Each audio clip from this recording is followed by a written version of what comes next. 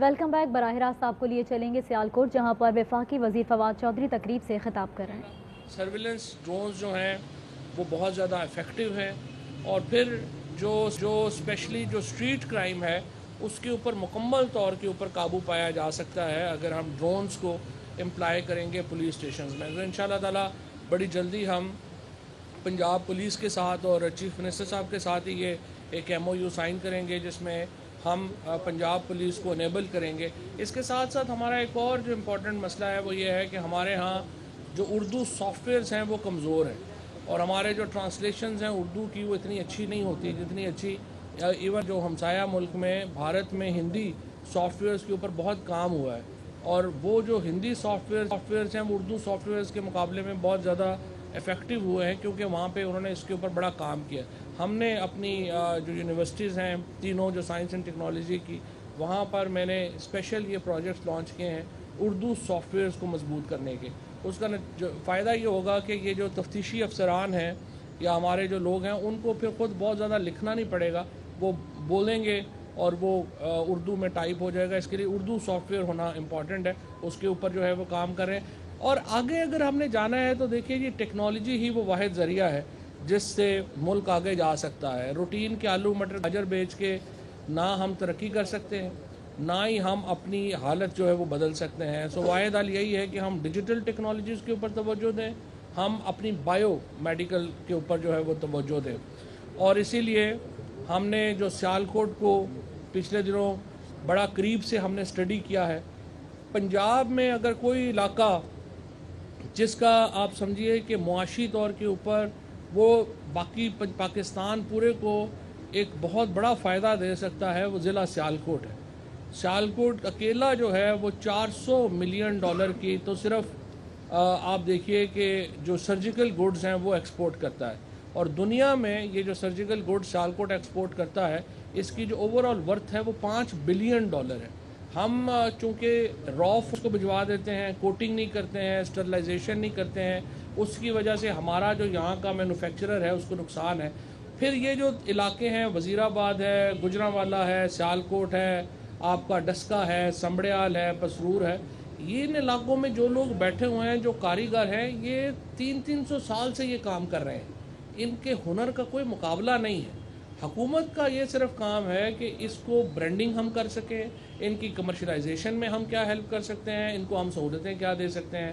اس کے بعد میں نے چیمبر آف کامرس بھی جانا ہے، کافی کلوزلی ہم جو ministry of science and technology کام کر رہی ہے سیالکوٹ کی چیمبر آف کامرس کے ساتھ، سرجیکل والوں کے ساتھ، سپورٹس والوں کے ساتھ، کہ ہم کیا یہاں پہ سہولیات دیں جس سے آپ کی ایکسپورٹ کا اضافہ ہو۔ اور ایک اور جو امپورٹنٹ کام ہم نے تجویز کیا ہے بورڈ آف انویسٹمنٹ کے ساتھ اور اس وقت کامرس منسٹری کے ساتھ ہم اس کے اوپر ریگولیشنز کے اوپر کام کر رہے ہیں۔ ہم یہ چاہتے ہیں کہ پورا جو ڈسٹرکٹ سیالکوٹ ہے اس کو ہم ایک اسپیشل اکنامک زون ڈکلیئر کر دیں پورے ڈسٹرکٹ کو۔ اس کا جو جس طرح سے گوادر ہے، یا اگر آپ انڈیا میں دیکھنا چاہیں تو جس طرح سے جلندر ہے، یہاں پہ دو طریقے ہیں نا، ایک تو یہ ہے کہ آپ زمین ایکوائر کریں گے، اس زمین کے اندر جو انڈسٹری لگے آپ اس کو اسپیشل اکنامک زون قرار دے دیں۔ سیالکوٹ کو ہم اس لیے میں یہ ایڈوکیٹ کر رہا ہوں کہ ہم اس کو اسپیشل اکنامک زون ڈکلیئر کر دیں، بیکاز سیالکوٹ کے اندر بہت بڑی کاٹیج انڈسٹری ہے اور ہر گھر میں چھوٹا موٹا کام جو ہے وہ ہو رہا ہے۔ یہ تب اس کو فائدہ ہوگا جب اس کو ہم ایک بوسٹ دیں گے کہ یہ را مٹیریل اپنا جو ہے وہ ٹیکس فری یا یہ اپنی کسٹم ڈیوٹی فری منگوا سکیں۔ اس کے بعد یہاں پہ جو کام ہو رہا ہے اس کو گورنمنٹ جو ہے وہ پیچھے اس کو بیک کرے۔ اسی طرح سے جو مٹیریل بینک ہے وہ انشاءاللہ تعالیٰ سیالکوٹ کے اندر عثمان ڈار صاحب کے ساتھ بھی ہم نے بڑا اس کے اوپر جو ہے وہ کام کیا ہے۔ بہت جلد یہ جو سٹیل کے لیے اسپیشلی جو ایک دنیا کی بہترین کوالٹی ہے، دو تین چیزیں ہیں نا، ایک تو کوالٹی ہونی چاہیے، پھر سرٹیفیکیشن ہونی چاہیے۔ اب ہم سرٹیفیکیشن کے اوپر بھی کام کر رہے ہیں اور ہم کوالٹی کے اوپر بھی کام کر رہے ہیں، اور وہ یہاں پر آ کے انشاءاللہ کھلے گا اور اس سے بھی سیالکوٹ کو جو ہے وہ بڑا فائدہ ہوگا۔ یہ جو ایک اوورآل اس وقت جو سچویشن ہے پاکستان میں وہ اس لیے ہے، جو مہنگائی کا بھی ہم بات کرتے ہیں، ہم اپنی معیشت کی بات کرتے ہیں، اس لیے ہے کہ سمپل بات ہے جی، ہمارے اخراجات زیادہ ہیں، ہماری آمدن کم ہے۔ ہم اپنی آمدن بڑھائیں گے، اخراجات کم کریں گے تو ہمیں مہنگائی بھی ہماری یہاں کم ہوگی۔ ہمارے ہاں اکانومی بھی ترقی کرے گی، صنعت بھی ترقی کرے گی. ہمارا مسئلہ اس وقت یہ رہا ہے پچھلے جو سالوں میں، خصوصاً پچھلے 20 سالوں میں، کہ ہم نے پاکستان کو پورے کو ایک امپورٹ بیسڈ اکانومی بنا دیا ہے. آپ اپنے گھر میں، دفتر میں، کہیں پر دائیں بائیں دیکھیں، آپ کو پتہ چلتا ہے ہر چیز ہی ہماری امپورٹڈ ہے. ہماری لائٹیں لگی ہوئی ہیں، یہ ہم امپورٹ کر رہے ہیں. یہ ہمارے سامنے جو پڑے ہوئے ہیں مائک پڑے ہوئے ہیں، یہ ہم امپورٹ کر رہے ہیں. ایون اس کے اوپر جو ڈبے لگے ہوئے ہیں، یہ بھی ہم امپورٹ کر رہے ہیں پلاسٹک کی. کوئی چیز ہم اپنی جو ہے وہ نہیں بنا رہے تھے. ہم نے آ کر کے میڈ ان پاکستان کا ایک پورا program ministry of science and technology نے دیا. کووڈ میں آپ نے دیکھا 26 فروری کو جب پہلا کووڈ کیس پاکستان میں آیا تھا، ہم اپنا کچھ بھی نہیں بنا رہے تھے. الحمدللہ ہمارا جو پروگرام تھا 4 مہینے کے اندر ہم نے ماسک سے لے کے وینٹیلیٹر تک ہر چیز ہم نے اپنی بنائی. اور آج پاکستان دنیا کا میجر ایکسپورٹر ہے کووڈ مٹیریل کا. اور اسی طریقے سے ہم یہ سمجھتے ہیں کہ جو سیالکوٹ کی انڈسٹری ہے، گجرانوالہ کی انڈسٹری ہے، وزیر آباد کی انڈسٹری ہے، اگر ہم ان کو پیچھے سے گورنمنٹ جو ہے وہ سہارا دے گی تو پھر ہم اپنی معیشت کو سہارا دے پائیں گے. پھر ہمیں قیمتیں بھی صحیح ملیں گی، پھر ہماری صنعت بھی جو ہے وہ ترقی کرے گی. اب مسئلہ یہاں پہ یہ ہے کہ جب بھی آپ کی معیشت کو سہارا ملتا ہے، جب بھی آپ کی معیشت کھڑا ہونا شروع ہوتی ہے، پاکستان کے دشمن ایک ایجنڈے کے اوپر کام کرنا شروع کر دیتے ہیں. وہ پاکستان کو اپنے پاؤں پہ کھڑا ہوتے نہیں دیکھ سکتے. لہٰذا کبھی اپوزیشن تحریک شروع کر دیتی ہے. ابھی بھی آپ دیکھیے کہ جو یہاں پہ مریم نواز صاحبہ نے اور ان لوگوں نے جو تحریک کا شوشہ چھوڑا ہے، اس کی کیا مورل کرنسی ہے، اس کی کیا اخلاقی حیثیت ہے، سوائے اس کے کہ ایک ابو بچاؤ مہم جو تھی، جو چل رہی تھی، جو ناکام ہوئی، اب اس کو ایک انتشار پھیلاؤ مہم میں تبدیل کیا گیا ہے. میں یہ سمجھتا ہوں کہ اس تحریک کا نہ تو کوئی اخلاقی جواز ہے، نہ ہی اس تحریک کا کوئی سیاسی جواز ہے. آپ نے الیکشن لڑا، آپ الیکشن ہار گئے. اب آئین ہمارا کہتا ہے کہ آپ 5 سال انتظار کریں گے.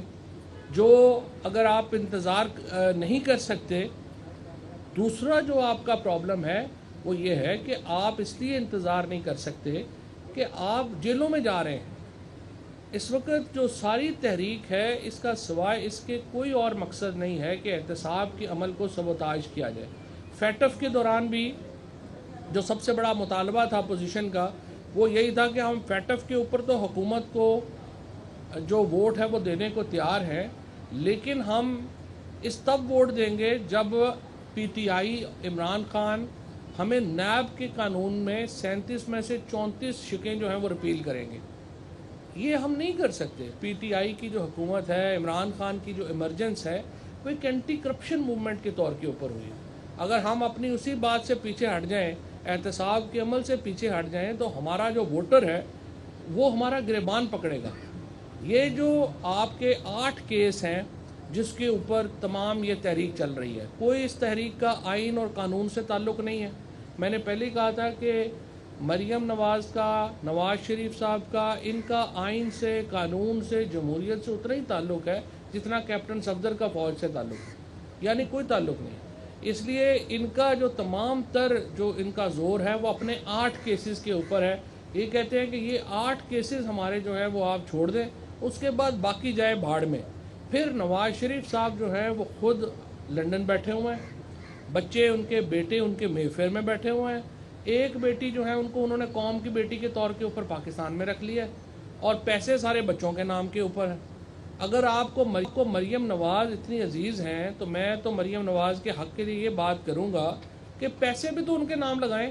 پیسے بیٹوں کے نام لگائے ہوئے ہیں جو امریکہ میں، جو کہ لنڈن میں بیٹھے ہوئے ہیں. ایک جو ہے وہ 1 ہائیڈ پارک لے کے بیٹھا ہوا ہے، دوسرا جو ہے وہ پارک لین لے کے بیٹھا ہوا ہے. اب سوال یہ ہے کہ جب آپ اپنی تحریک میں اتنے سنجیدہ ہیں کہ آپ پاکستان آنے کو تیار نہیں ہیں، اپنے بیٹوں کو پاکستان بھیجنے کو تیار نہیں ہیں، تو پھر کارکنوں سے یہ کیسا مطالبہ ہے کہ آپ سڑک کے اوپر آ جائیں؟ یا تو پھر پہلے آئیں اور ہمت کریں اور تحریک کو لیڈ کریں. اب آپ الحمدللہ ٹھیک بھی ہیں، اور جب جس طریقے سے ویسے ہی آپ کا باہر رہنا غیر اخلاقی ہے.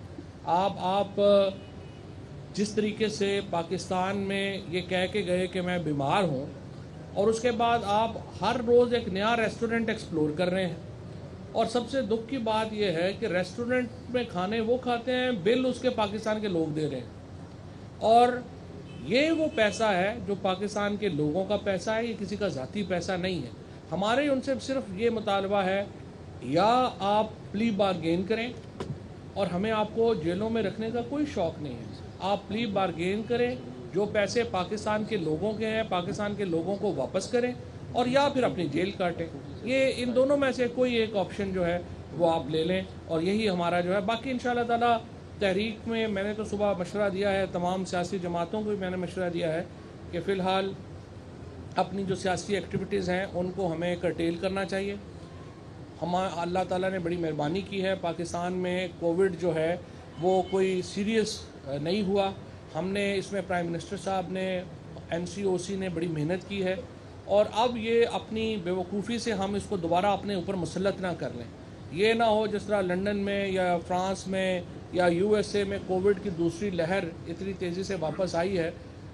بہتر یہ ہوگا کہ یہاں پر ہم اس سے بچ جائیں، اور اس کے لیے میں تو اپیل کرنا چاہتا ہوں تمام سیاسی جماعتوں سے کہ 3 مہینے کے لیے کم از کم اپنی جو سیاسی ایکٹیویٹیز ہیں آپ ان کو معطل کر دیں، اور اب فروری میں، جنوری آخر میں یا فروری میں آپ دوبارہ اپنی سیاسی ایکٹیویٹی شروع کریں۔ ہمیں پتہ بھی تو چل جائے نا کہ آگے سردی کا موسم آ رہا ہے، اس میں کیسے کووڈ جو ہے وہ بیہیو کرے گا، کیونکہ ملکوں میں جہاں پہ سردی ہوئی ہے وہاں پر کرونا جو ہے وہ بڑی شدت سے واپس آیا ہے۔ سو ہمیں اگر اللہ تعالیٰ نے ابھی بچایا ہے تو ہمیں احتیاط کا دامن بھی جو ہے وہ ہاتھ سے نہیں چھوڑنا چاہیے، اور ہمیں احتیاط کرنی چاہیے۔ شکریہ جی۔ صاحب یہ بتائیے کہ حکومت نے جو ہے وہ ٹک ٹاک کے اوپر جو پابندی لگائی ہے اس پر انٹرنیٹ کی جو نمائندہ تنظیم ہے وزیر اعظم کو خط لکھ کر انہوں نے گلہ کیا اس چیز کے اوپر کہ قوانین کو بناتے وقت جو ہے وہ ہمارے ساتھ مشاورت نہیں کی گئی۔